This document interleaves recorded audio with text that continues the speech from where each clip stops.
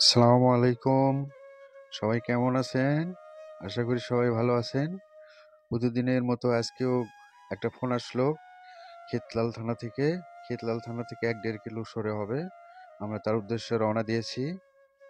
এই যে সামনে যিনি আছেন ওনার আত্মীয় হয়, উনি আমাদেরকে নিয়ে যাচ্ছেন ওনাদের বাসায় গরুটা দেখার জন্য। আমরা সেই উদ্দেশ্যে যাচ্ছি। তো কালাই থানা থেকে অনেক দূরেই, তারপরে যাচ্ছি। দেখেন একটু পরে গরু দেখা যাবে।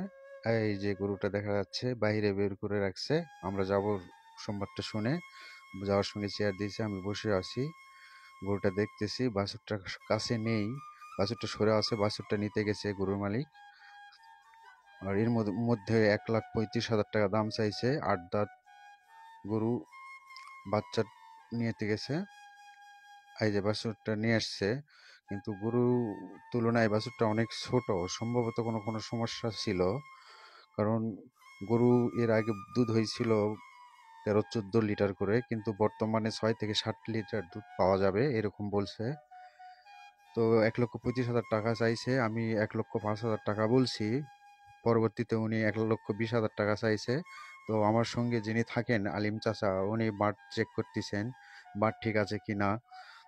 বাছুরটা গরুর তুলনায় অনেক ছোট, কিন্তু তারপরেও ভালো আছে। আরা বাছুর।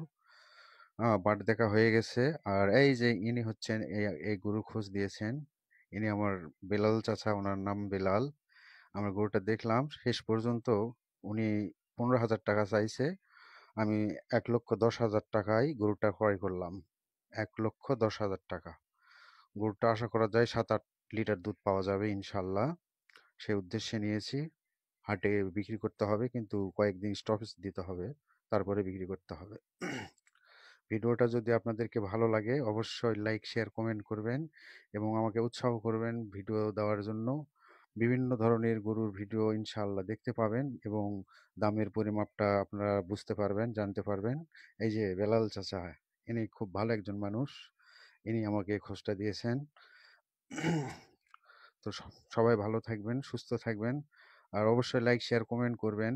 আরো সুন্দর সুন্দর গরু এবং গরুর দামের পরিমাণটা জানার জন্য একটা আইডিয়া পাবেন ইনশাআল্লাহ।